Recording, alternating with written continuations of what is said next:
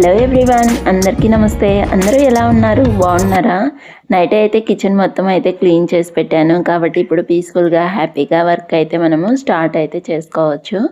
ఇంకా ఇక్కడ కిచెన్లో అయితే మనీ ప్లాంట్ని అయితే ఒకటైతే సెట్ చేసుకున్నాను. ఇప్పుడైతే దీనికైతే కొద్దిగా వాటర్ని అయితే వేసి పెట్టేసుకుందాము. ఇంకా ఈరోజు అయితే మార్నింగ్ 5:40కి అయితే లేచాను. ప్రతిరోజు ఈ టైమింగే లేస్తానని ఏమీ ఉండదు. మా హస్బెండ్ షిఫ్ట్స్ని బట్టి అయితే లేస్తూ ఉంటాను. తనకి ఏ షిఫ్ట్ అయితే 4 గంటలకి, అదే జనరల్ అయితే 6 గంటలకి అలా అయితే లేస్తూ ఉంటాను. ఇంకా ఫెస్టివల్స్ టైంలో అయితే 5 గంటలకి 5:30కి అలా అయితే లేస్తూ ఉంటాను, నా వీలుని బట్టి. ఈరోజు అయితే అందరికీ హాలిడే, సో పీస్ఫుల్గా హడావుడి లేకుండా హ్యాపీగా అయితే వర్క్ని అయితే స్టార్ట్ చేస్తున్నాను. ఇంకా మా కిచెన్ విండోకి అయితే ఎదురుగా అయితే తులసమ్మ అయితే ఉంటుంది. ఇంకా అక్కడ మనము మార్నింగ్ కానీ ఈవినింగ్ కానీ దీపం పెట్టినప్పుడు చూడడానికి అయితే చాలా బాగుంటుంది కిచెన్ విండో నుంచి. అదేంటో కానీ తులసమ్మని చూస్తూ ఉంటే అదొక తెలియని ప్రశాంతంగా అయితే అనిపిస్తుంది కదా. ఇంకా ఆ తర్వాత మార్నింగ్ అయితే ఒక 1/2 లీటర్ వాటర్ అయితే తాగాను. వాటర్ తాగిన తర్వాత కసు చిమ్ముకునేసి ఫ్లోర్ అంతా క్లీన్ చేసుకున్నాను. ఇంక ఇప్పుడైతే ఇంటి ముందర అయితే ఒక చిన్న ముగ్గు అయితే వేస్తాను. ఇంకా ఈరోజు అయితే మార్నింగ్ అయితే పూజ అయితే చేయాలనుకుంటున్నాను. ప్రతిరోజు మార్నింగ్ అయితే ఏమీ చేయను, ఈవినింగ్ టైమ్స్లో ఎక్కువగా చేస్తూ ఉంటాను. ఎందుకంటే మార్నింగ్ మొత్తం మనకి హడావుడిగా బాక్సులు అవి ఇవి ఉంటుంది కదా. ఇంకా హడావుడిలో పూజ అంటే కొంచెం ప్రశాంతంగా చేసుకుంటే మంచిగా అనిపిస్తుంది. అందుకనేసి ఎక్కువగా ఈవినింగ్ టైం అయితే ప్రిఫర్ చేస్తూ ఉంటాను. ఇంకా ఇక్కడ అయితే చిన్న ముగ్గు అయితే వేస్తున్నాను. మాకు ఇంటి ముందర ప్లేస్ అయితే కొంచెం తక్కువగా ఉంటుంది కాబట్టి ముగ్గు వేయడానికి ఇరుక్కొని అలా వేయాల్సి వస్తుంది. ఇలాగా ముగ్గు అయితే వేసాను. ఇంకా మార్నింగ్ టైంలో టీ కాఫీస్ తాగడం కూడా అయితే ఆపేసాము. ఇంతకుముందు తాగుతూ ఉన్నప్పుడు కొంచెం దగ్గు అలా అయితే అనిపించింది. ఎప్పుడైతే ఇది ఆపేసానో కొంచెం అలర్జీ ఉన్న వాళ్ళకైతే మాత్రము మనకి ఖచ్చితంగా అయితే ఈ టీ కాఫీస్ తాగడం వలన కొంతవరకు అయితే తగ్గుతుంది. ఇది పర్సనల్గా నేను ఫేస్ చేశాను కాబట్టి చెప్తున్నాను. ఈ టీ కాఫీలు తాగడం నేను మాత్రమే ఆపాను. మా హస్బెండ్ ఎక్కువగా ఆఫీస్కి వెళ్తుంటారు కాబట్టి అక్కడే ఒక 3 times అలా తాగుతారు కాబట్టి ఇంట్లో అదే పన్న ఏమీ తాగరు.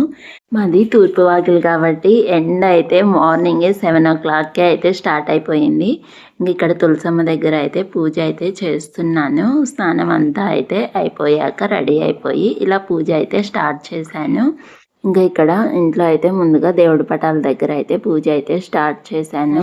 అయితే మొత్తం పూజ గదిని అయితే క్లీన్ చేసి పెట్టుకునేసి మార్నింగ్ అయితే స్టార్ట్ చేసుకుంటున్నాను పూజని.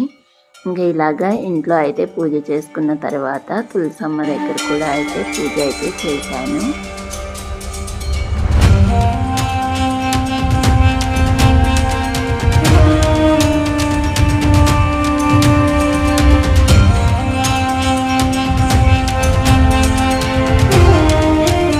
ఆ తర్వాత కిచెన్లోకి అయితే వచ్చాను. కుకింగ్ టైం అయితే స్టార్ట్ అయ్యింది. చూపిస్తున్నాను చూడండి తులసమ్మని కిచెన్లోంచి. చాలా బాగుంటుంది చూడడానికి.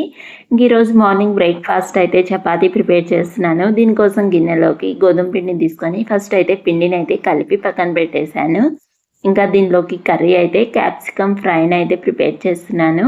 నేనైతే ఒక 10 నిమిషాలు నానబెట్టుకుంటే చపాతీ అయితే సాఫ్ట్గా చాలా బాగా అయితే వస్తుంది కదా. అందుకనేసి ఫస్ట్ పిండిని అయితే నానబెట్టాను.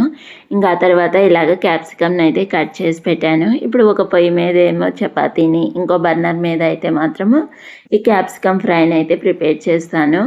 ఇలా మనం టైం అయితే మేనేజ్ చేసుకోవచ్చు కదా. ఒకే దాని మీద అయితే మనం ఎక్కువ టైం అయితే వేస్ట్ చేయకుండా. ఇంకా ఫస్ట్ అయితే ఈ క్యాప్సికమ్ ఫ్రైకి అయితే తిరుగుమాత అంతా అయితే వేసాను.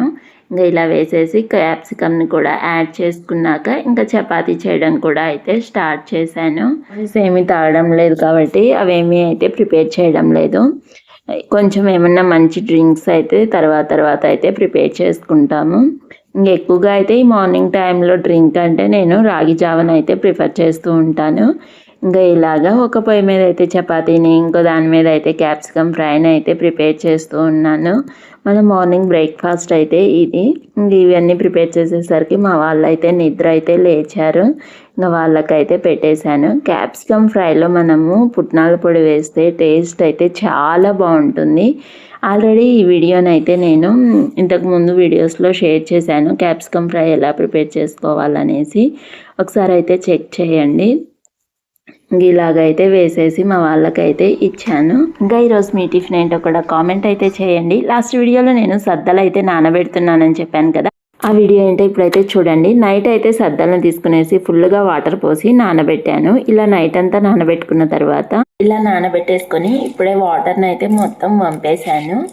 ఇంకా కొద్దిగా వాటర్ అయితే కింద పక్కన అయితే ఉన్నాయి కదా, ఈ వాటర్ కూడా పోవడం కోసం ఈ సద్దల వరకు అయితే మనము